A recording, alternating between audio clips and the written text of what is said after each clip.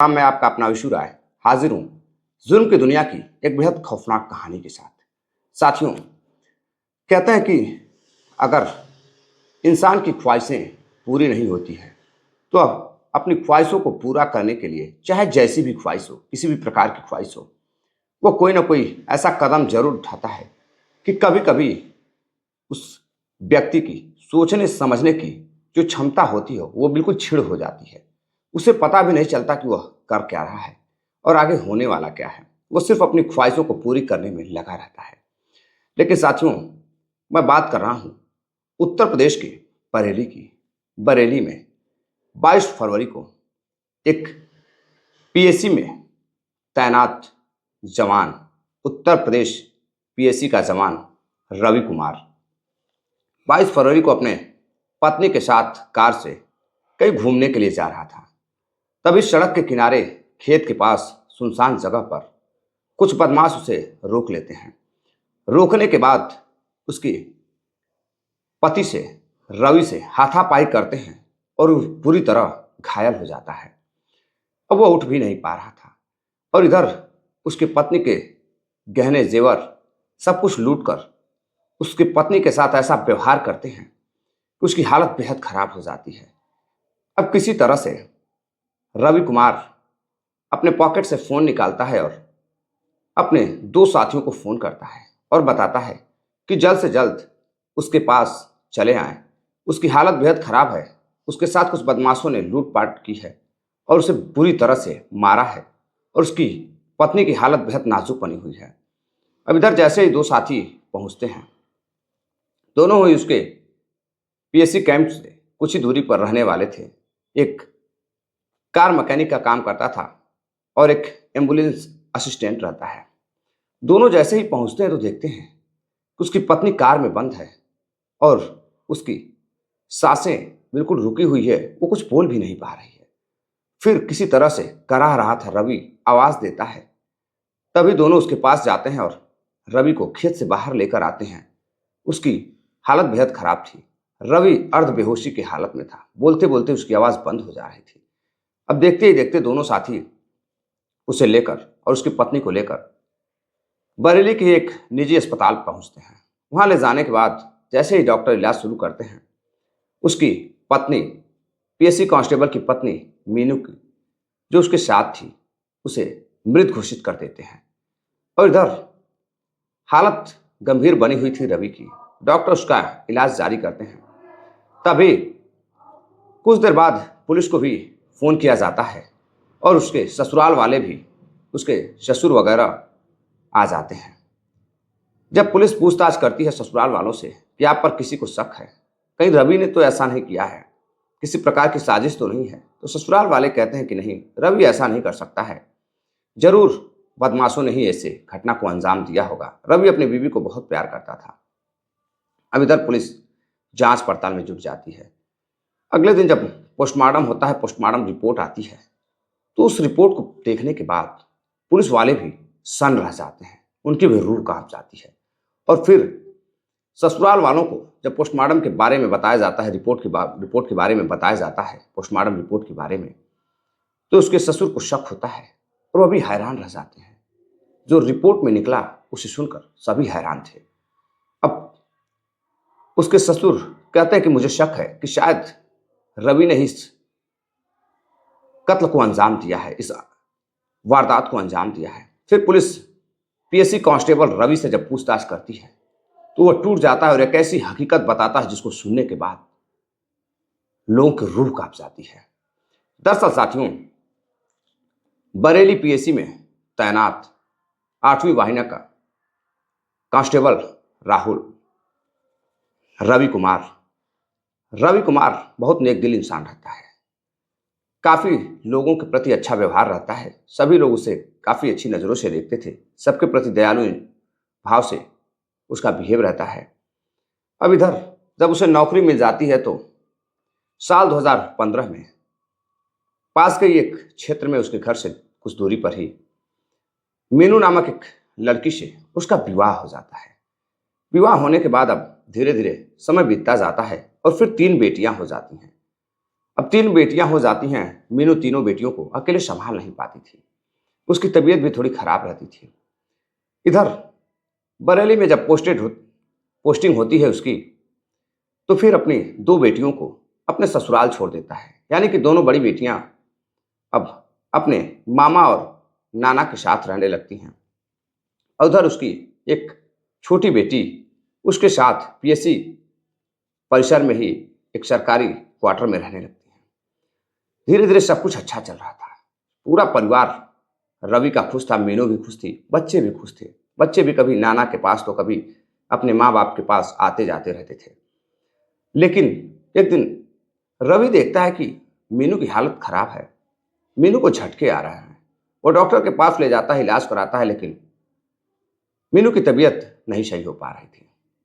फिर कुछ ऐसी चीज वो देखता है जिससे उसे शक होता है कि शायद इसके ऊपर भूत प्रेत आत्मा का कुछ असर है, साया है। अब रवि काफी परेशान होता है। फिर कहीं से उसे पता चलता है कि पास में ही एक तांत्रिक है जो बहुत ही जानकार है।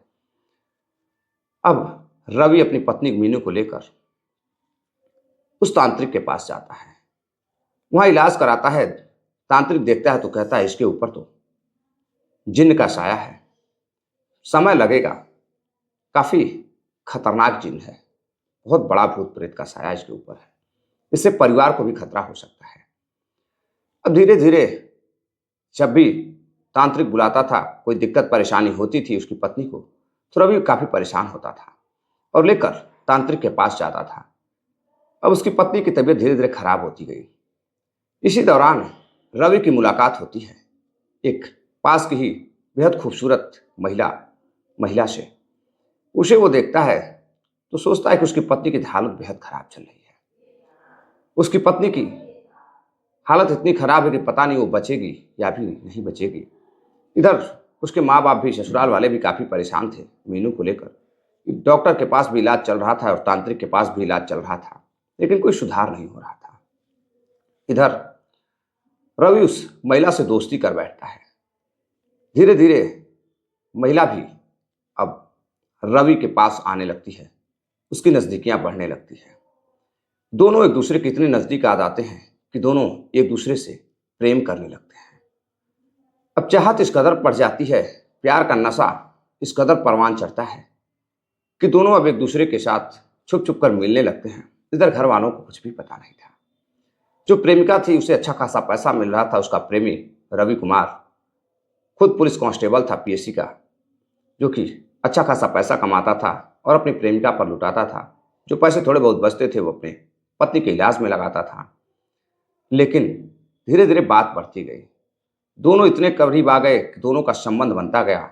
और फिर एक दिन प्रेमिका रवि से कहती है कि मैं तुमसे दूर नहीं रह सकती हूँ, मुझे तुम्हारे साथ रहना है। रवि कहता है कि यही तो मैं भी चाहता हूँ कि तुम मेरे साथ रहो, मैं तुम्हें बेहद प्यार करता हूँ। समय बीतता गया, साल 2024 बीत जाता है, साल 2025 बीत जाता है और दोनों की नजदीकियां बढ़ती गई। इधर किसी को कानो कान खबर नहीं थी। ससुराल वाले बेहद ईमानदार और काफी साफ सुथरे छवि से राहुल को देखते थे। राहुल की छवि बेहद बिल्कुल साफ सुथरी थी। ससुराल के प्रति राहुल का व्यवहार काफी अच्छा था, बच्चियों के प्रति व्यवहार काफी अच्छा था। अब इधर राहुल प्रेम प्रसंग में पड़ जाता है, उस महिला के ख्वाबों में डूब जाता है। जब भी मौका मिलता उस महिला के पास जाता, समय व्यतीत करता और इधर घर पर अपनी पत्नी को बताता कि उसकी ड्यूटी है, तो वह ड्यूटी देने जा रहा है। महिला को लेकर शहर भी घूमता था, कई सारे होटलों में भी जाता था और इधर समय बीतता गया। एक दिन रवि उससे कहता है कि मैं चाहता हूं कि तुमसे शादी कर लूं। वो महिला जो उसकी प्रेमिका रहती है वो भी कहती है कि मैं भी तुमसे शादी करना चाहती हूँ, लेकिन यह संभव कैसे है? तुम्हारी 3 बेटियां हैं और तुम्हारी बीवी मीनू की भी तबीयत ठीक नहीं रहती है और उसके रहते ऐसा कैसे हो सकता है? वो शादी नहीं करने देगी। अब उसकी नज़र रवि कुमार की संपत्ति पर भी पड़ जाती है। जब रवि कुमार की संपत्ति पर उसकी नज़र पड़ती है तो रवि कुमार कहता है चलो ठीक है, मैं कुछ उपाय करता हूँ, मैं तुमसे दूर नहीं रह सकता हूँ, मैं बिल्कुल तुम्हारे साथ रहना चाहता हूँ और तुमसे शादी करना चाहता हूँ। और फिर रवि एक दिन 22 फरवरी को अपनी पत्नी से कहता है कि चलो तांत्रिक के पास चलना है, कार में बैठो। कार में मीनू बैठती है, लेकिन उसका मन नहीं लग रहा था। वो अपनी छोटी बेटी से कहती है, बेटी दरवाज़ा बंद कर लो, अंदर रहो, मैं बस कुछ घंटों में आ जाऊंगी। लेकिन जैसे ही 22 फरवरी का दिन मीनू अपने पति के साथ गाड़ी में बैठती है, कुछ दूर पहुंचती है, तभी सुनसान जगह पर रवि अपने 2 साथियों को फोन करता है। एक जो कार मैकेनिक रहता है और डेंटर का भी काम करता था, शानू, और एक एम्बुलेंस असिस्टेंट जतिन, दोनों को फोन करता है। फोन कर बुलाता है और फिर अपने बीवी को दिखाता है कि यही मेरी बीवी है, इसी की तबीयत खराब रहती है, मैं इसे हॉस्पिटल लेकर जा रहा हूं, फिर तांत्रिक के पास जाऊंगा। अब इधर दोनों उसकी बीवी को देख लेते हैं और फिर फोन पर बात होती है तो रवि उसे बताता है कि करीब 3 लाख रुपए वो देगा अगर वो दोनों मिलकर उसकी पत्नी की हत्या कर दें। तो दोनों तैयार हो जाते हैं और फिर 60,000 रुपए रवि उसे एडवांस देता है। और फिर कुछ दूर पर जैसे ही गाड़ी आगे बढ़ती है, रवि गाड़ी को रोकता है और फिर दोनों आते हैं। जतिन और शानू कार की पिछली सीट पर बैठते हैं। पत्नी पूछती है कि यह दोनों यहाँ क्या कर रहे हैं, इनका क्या काम है। तभी रवि जैसे ही कुछ कहता वैसे ही दोनों उसका हाथ पकड़ लेते हैं और फिर उसका पति रवि कुमार एक जहरीला इंजेक्शन निकालता है और उसकी गर्दन पर लगा देता है। गर्दन पर लगाने के बाद वह महिला जैसे ही कुछ समझ पाती मीनू, वैसे ही वह तड़फने लगती है, चीखने चिल्लाने लगती है, लेकिन कार से बाहर आवाज नहीं जा रही थी। कोई कुछ समझ नहीं पा रहा था। राहगीर आ रहे थे, जा रहे थे, लेकिन किसी को कुछ पता नहीं चल रहा था। अब इधर वह तड़फ तड़फ कर अपने प्राण को त्याग देती है और इधर अब रवि सोचता है कि अब आगे क्या किया जाए। अब आगे रवि प्लान तैयार करता है और कहता है, एक काम करो कि पुलिस को यही बताया जाएगा कि मैं खेत में पड़ा हुआ था, मैंने तुम दोनों को फोन किया तो तुम दोनों यहाँ पर आए और फिर मेरी सहायता की, हॉस्पिटल ले गए। अब पुलिस जब इस हकीकत को सुनती है तो अभी हैरान रह जाती है कि एक पति, एक खुद पीएससी का पुलिस कांस्टेबल, अपनी ही पत्नी को जहरीला इंजेक्शन देकर 2 साथियों के साथ मिलकर अपने ही पत्नी का सौदा करता है 3 लाख रुपए में और अपनी ही पत्नी का कत्ल कर देता है, सिर्फ दूसरी महिला से शादी करने के लिए। जैसे यह घटना न्यूज मीडिया के माध्यम से लोगों को पता चलती है, लोग हैरान रह जाते हैं। ससुराल वालों को भी यकीन नहीं हो रहा था कि रवि ऐसी भी घटना को अंजाम दे सकता है, ऐसा भी कर सकता है।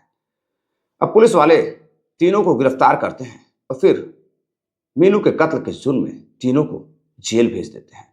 इधर जब बेटियों को पता चलता है तो बेटियां रो रो कर बेहोश हो जा रही थी, पागल हो जा रही थी। उन्हें समझ में नहीं आ रहा था कि उसकी मां का कत्ल उसके ही अपने पिता ने कर दिया है। उन्हें विश्वास ही नहीं हो रहा था। अब लोग बच्चियों को ढाढ़स बढ़ा रहे थे और तीनों बच्चियां अपने मामा के घर चली जाती हैं अपने मां का दाह संस्कार करने के बाद। इधर पति रवि जो शादी करना चाहता था, अपनी ही पत्नी के कत्ल के जुर्म में जेल चला जाता है। अब साथियों, यह घटना जब लोगों के बीच पहुंचती है न्यूज मीडिया के माध्यम से, तो लोग बड़े हैरान थे कि हमारे समाज में कैसे कैसे लोग पड़े हुए हैं। 3-3 बेटियां होने के बाद भी लोग किसी और के इश्क में पागल हो जा रहे हैं और फिर अपनी ही पत्नी, अपनी ही बेटियों, अपनी ही बहन के साथ, अपने ही माँ बाप को साथ ऐसी शर्मनाक करतूत करते हैं जिसको सुनने के बाद लोगों को यकीन नहीं होता है। तो साथियों, जागरूक रहिए, सतर्क रहिए। इस कहानी को सुनाने का उद्देश्य साथियों यही है कि आप सभी साथी जागरूक रहें, सतर्क रहें। चलते चलते साथियों, कुछ हमारे साथियों ने कमेंट किया है जिन्होंने नाम लेने की अपील की है, जिसमें डॉक्टर विनोद कुमार जी है, हरियाणा फरीदाबाद से हमारी कहानी को रोजाना सुनते हैं और अपना कमेंट भी करते हैं। विनोद जी, आपका बहुत बहुत धन्यवाद जो आप हमारी कहानी को डेली सुनते हैं और कमेंट भी करते हैं, प्यार भी देते हैं। राहुल मौर्य जी हैं उन्नाव से, हमारी कहानी को रोजाना सुनते हैं। राहुल जी, आपका भी बहुत बहुत धन्यवाद।